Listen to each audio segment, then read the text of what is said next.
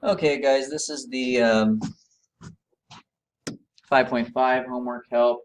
Your homework assignment for tonight are the following problems.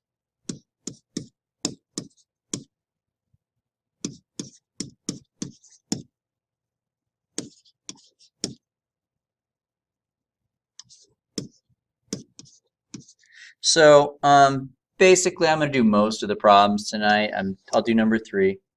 I'm going to skip 4 and 11. I feel like once you do 3, you'll know how to do 4. 11 is very much like we did in class, pretty straightforward. All 4 of these I'll do them. 39 is pretty chill, but I'll still include it. 13, 16, and 18 are pretty tough. I'll do one of these as well. So once you know how to do one of them, I think you'll know how to do the rest.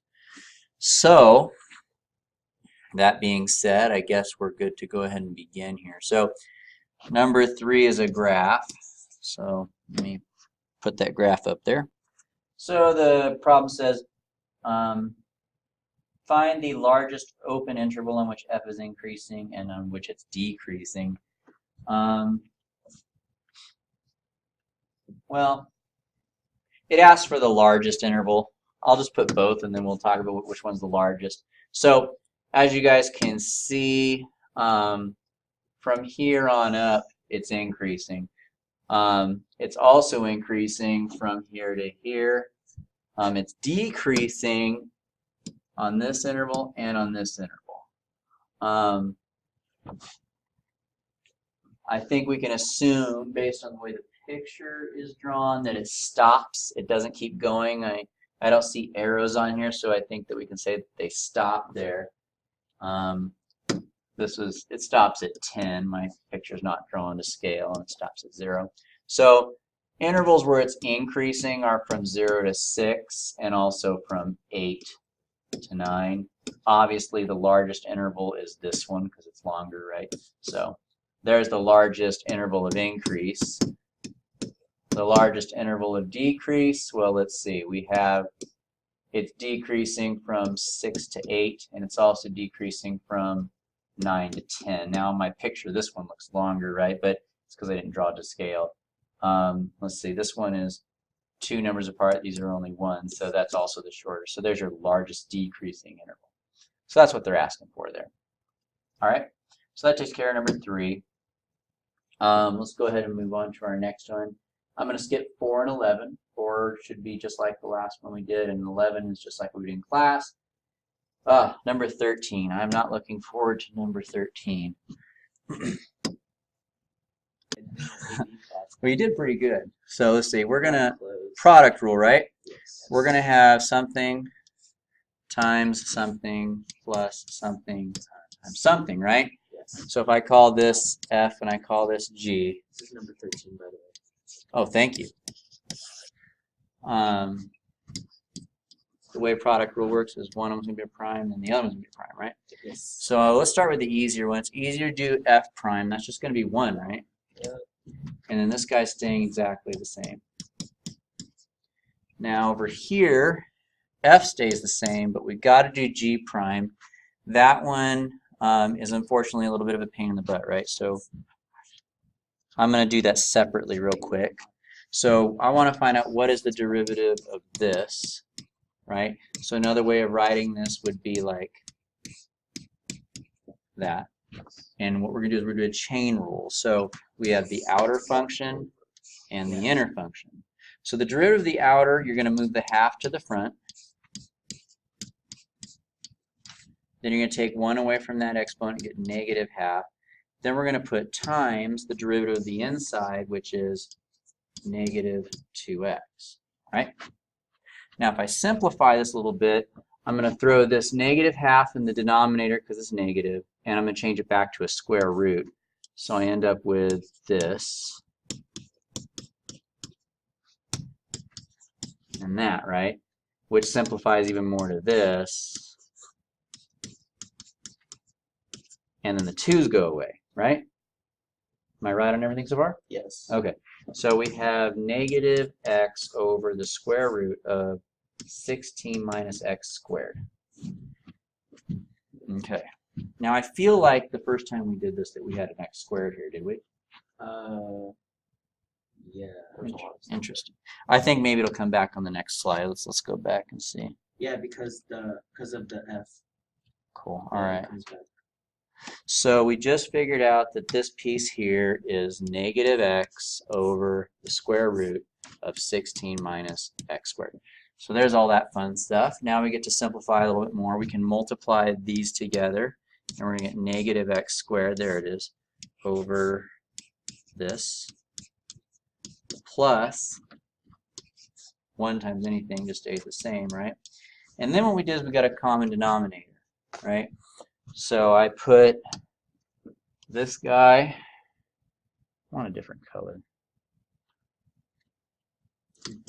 So I'm going to multiply the bottom here by the square root of 16 minus x squared and the top. That way we get a common denominator. So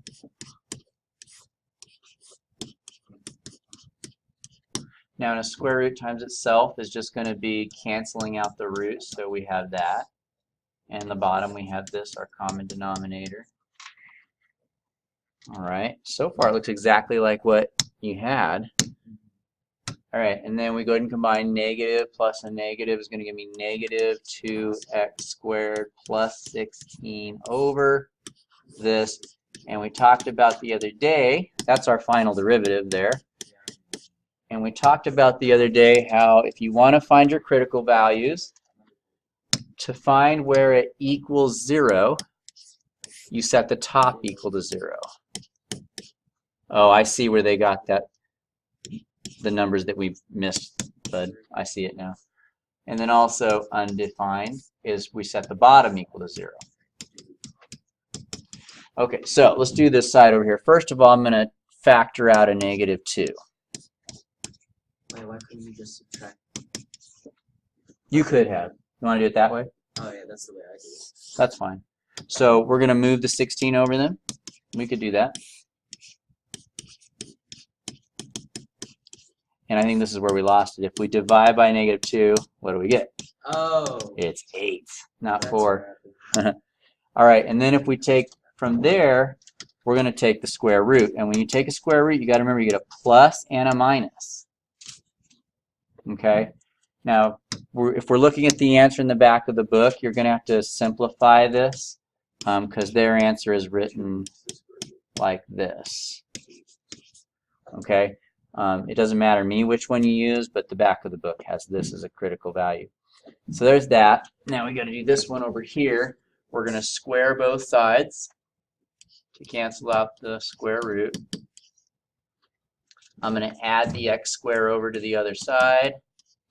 And then I'm going to square root both sides. And remember, when you solve by taking a square root, you get a plus and a minus.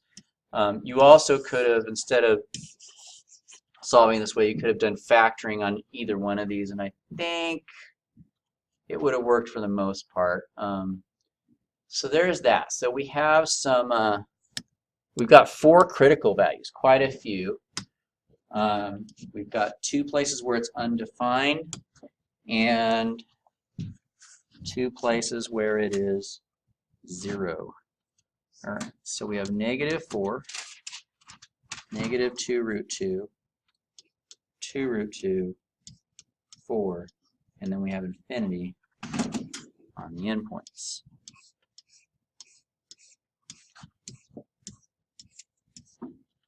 We have a total of 5 intervals then. Okay, so at this point we would pick some test points, right? We would do negative 5 here. Oh, damn, you do negative. Wait a minute. Wait, no, because it cuts off at negative 4 and 4. Oh, it doesn't. Remember? Oh yeah, but we don't know that technically yet. But Really? they don't know that yet because I'm teaching it on the video. Oh, but we're gonna find that it doesn't work when we get there. Now here, what is 2 times the square root of 2? It's 2.2. 2.82. Really? Yeah. 2 times the square root of 2 is 2.82. Square root of 2 would be around 1.5-ish. 2.82. Okay. Yeah. So we'll say negative 3 then. And then here we can just do 0, thankfully. No.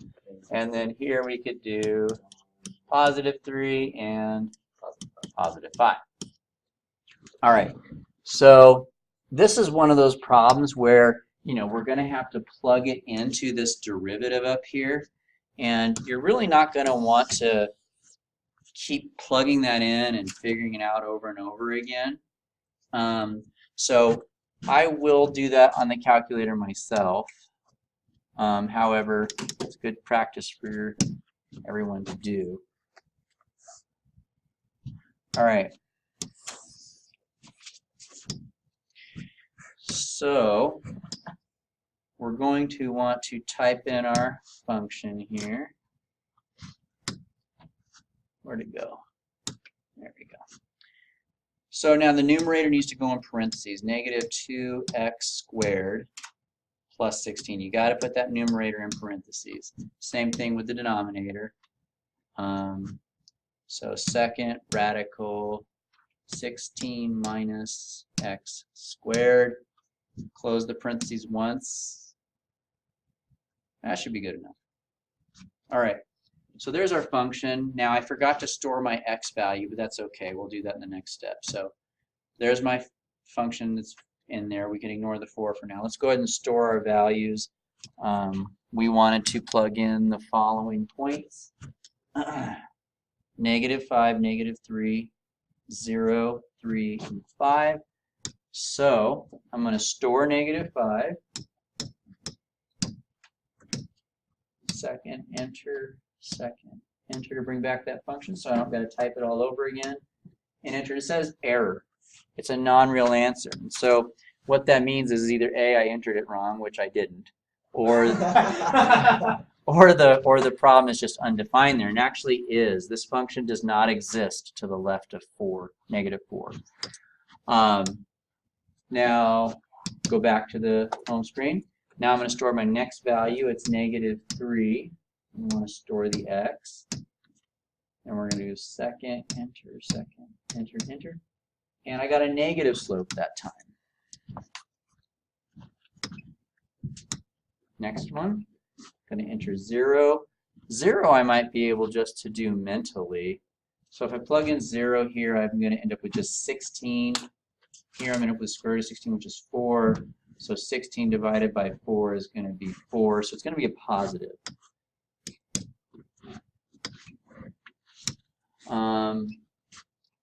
Lastly, I'll do 3. So let's store the 3 value. And then second, enter, equals another negative slope.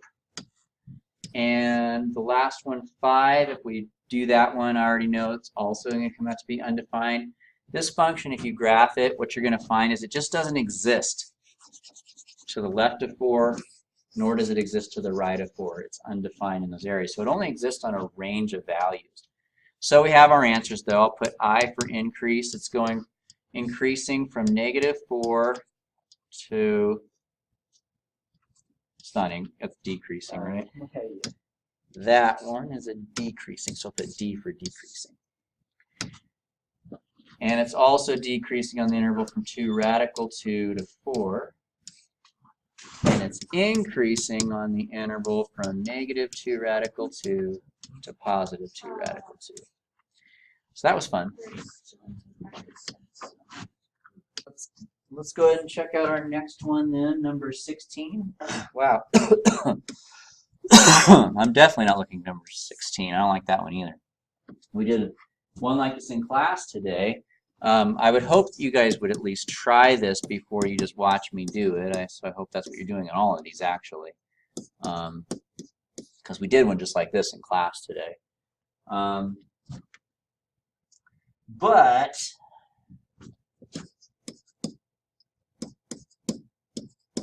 I will be doing it here nonetheless, so you can check your work. Oh, they don't want us to have equals to on those intervals, so 0 is not included.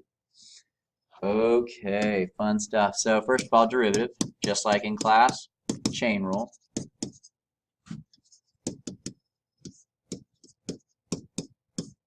And this time it's negative because the derivative of cosine is negative. Sine is never undefined, and neither is the inside, so we don't got to worry about that. But it does equal 0.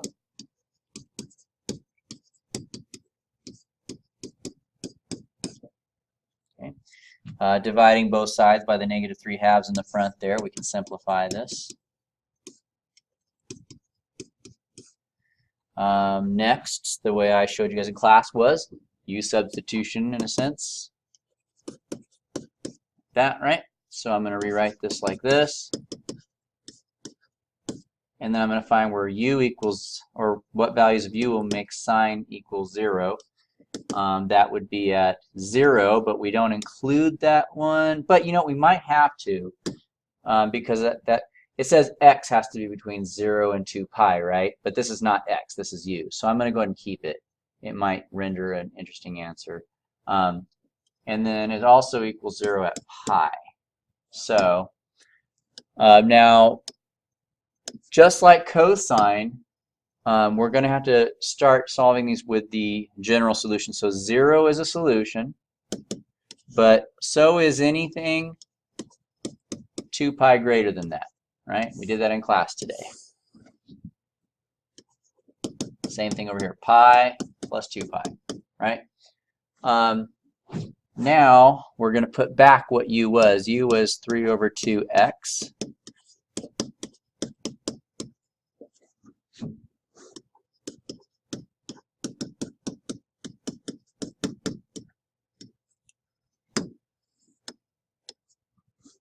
Okay. Multiply both sides by the reciprocal.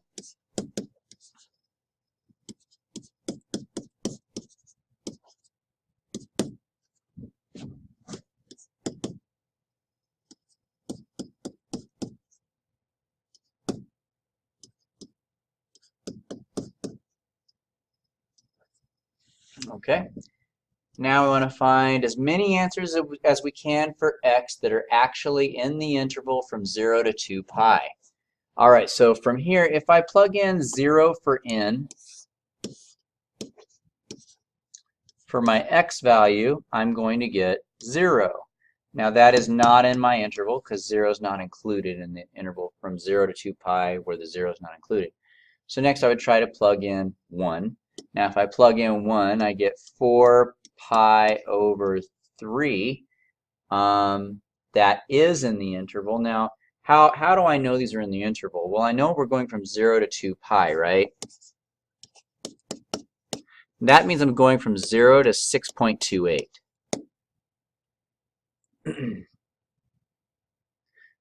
Now, one way you can do this is, what's 4 divided by 3? Well, 4 divided by 3 is 1 1/3.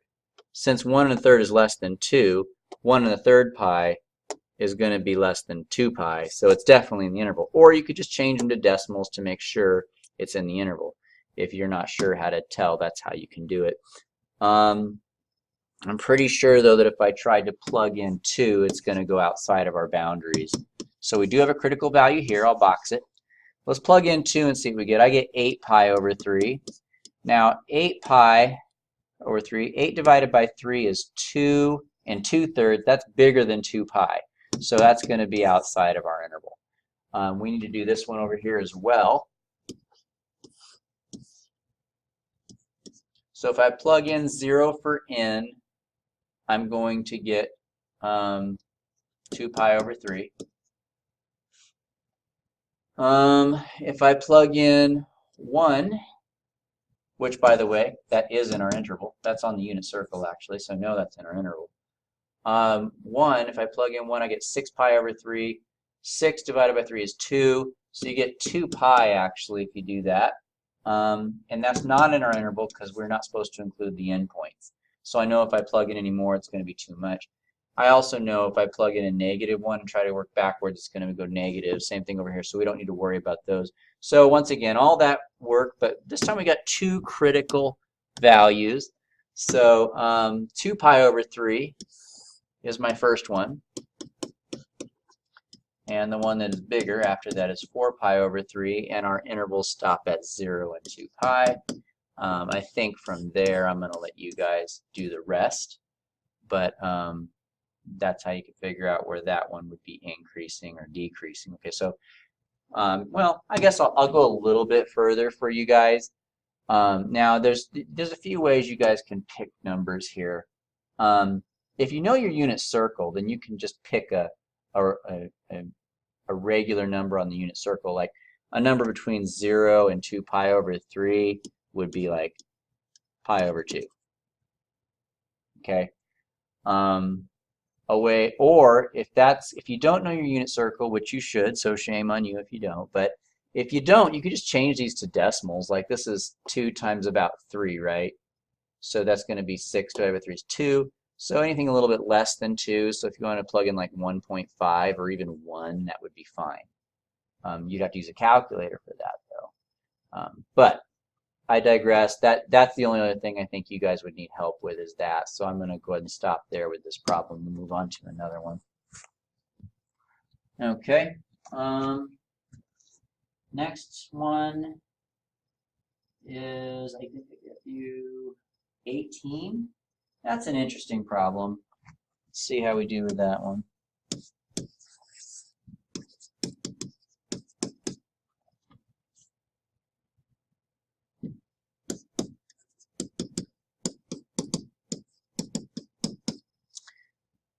Okay, let's see what happens here. This will be interesting. All right, so this is actually a chain rule. To make that a little bit more obvious to you, I can rewrite this problem like this.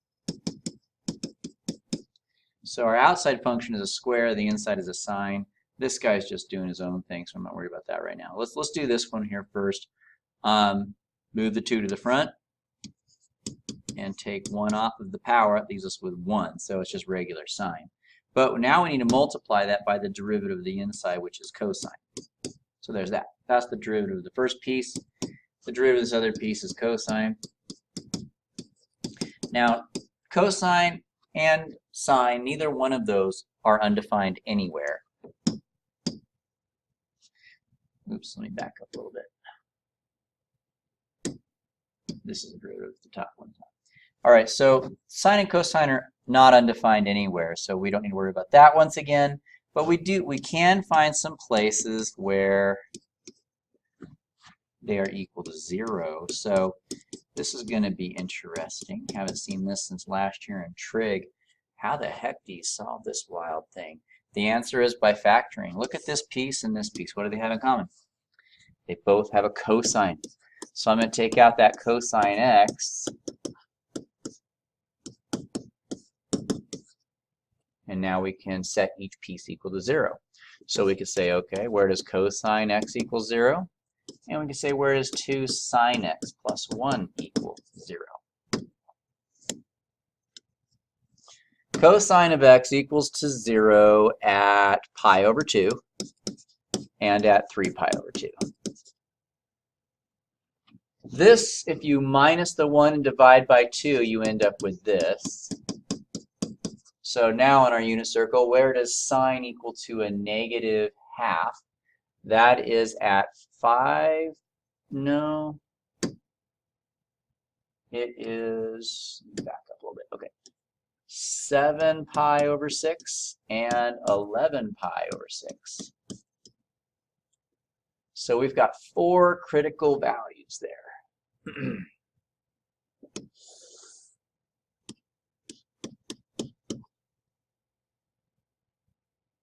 And putting them in order, if you know your unit circle, that's not too hard to do. If you don't know your unit circle, shame on you. But you can always just change them into decimals and figure it out that way. And our intervals are blocked off at 0 and 2 pi, which once again are not included in the intervals.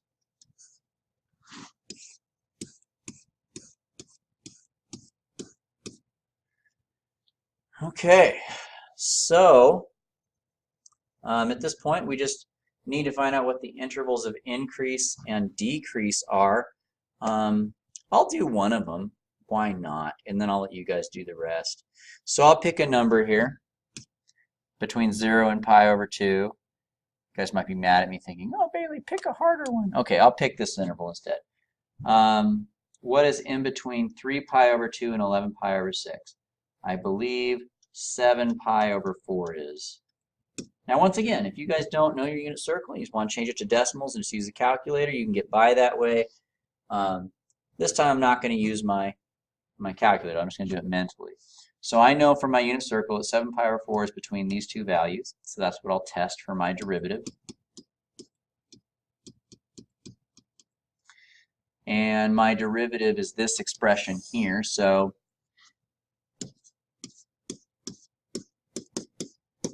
if I plug in 7 pi over 4 for sine, I am going to get negative radical 2 over 2. If I plug it in for cosine, I get positive radical 2 over 2. If I plug it in for cosine, I get radical 2 over 2.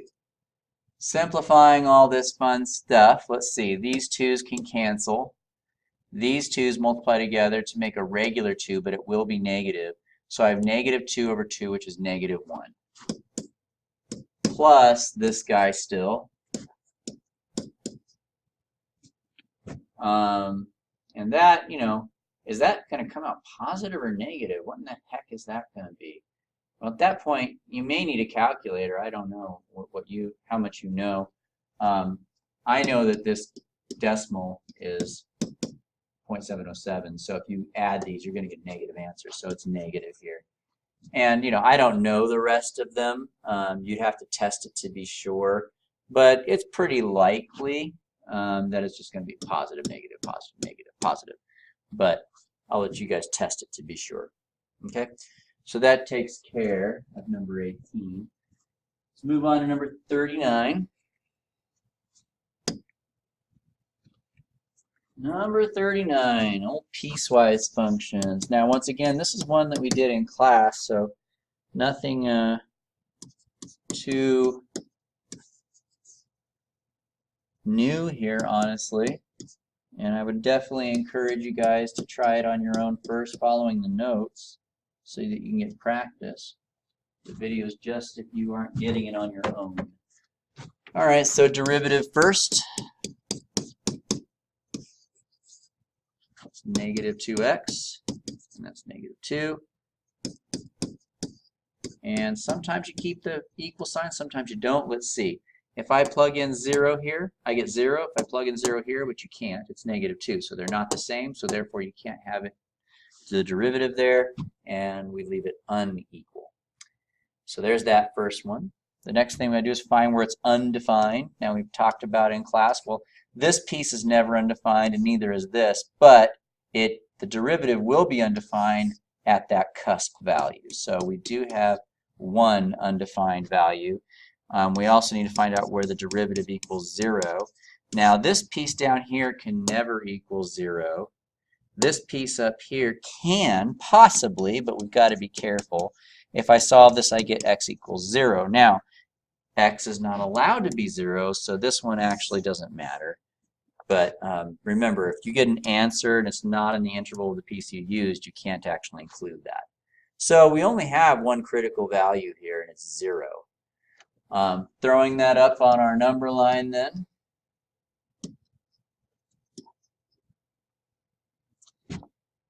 If I were to choose negative 1 and positive 1, negative 1 is to the left of 0, so I would use this piece for that, and negative 2 times negative 1 would be positive. Positive 1 is going to be to the right of 0, so I would use this piece, and I would get negative 2 as an answer, and that would be negative. So it would seem to me that my interval of increase would be from negative infinity to 0, and then from 0 to infinity is my interval of decrease. All right, last one that we will look at today is number 63. It's really important you guys read all the dark black introduction direction stuff before you begin.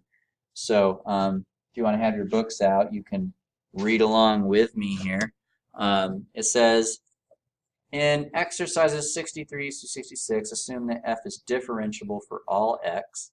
So we can always find the derivative, it means. The signs of f prime are as follows. And it tells you that the derivative of f for x is greater than 0 on the interval from infinity to negative 4.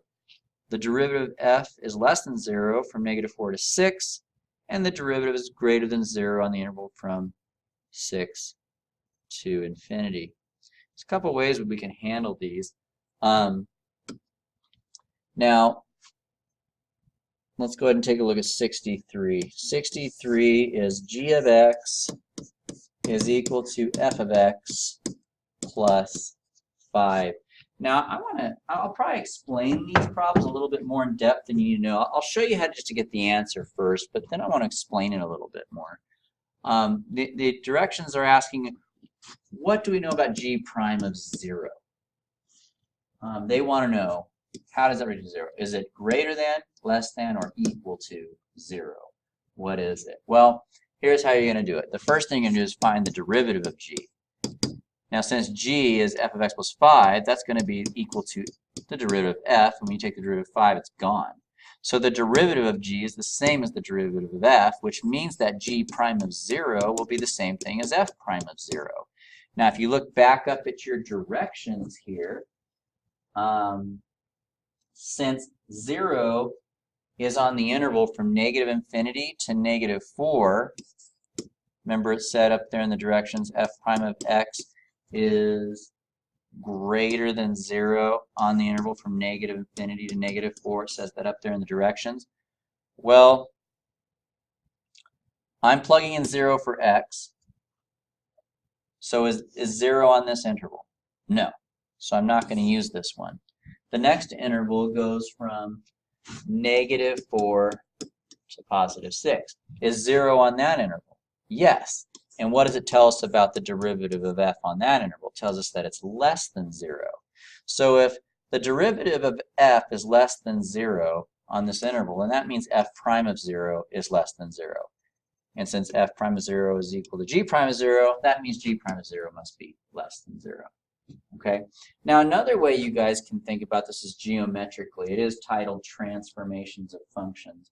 So let's think of it geometrically. We're going from negative infinity to negative 4 to 6 to infinity. Okay? And it tells us that on the interval from negative infinity to negative 4, it slopes up, and then it slopes down after that because the slope's negative, and then it slopes back up again. Right? So you can think of this as kind of like what our picture of f of x might look like. Something like that. Now,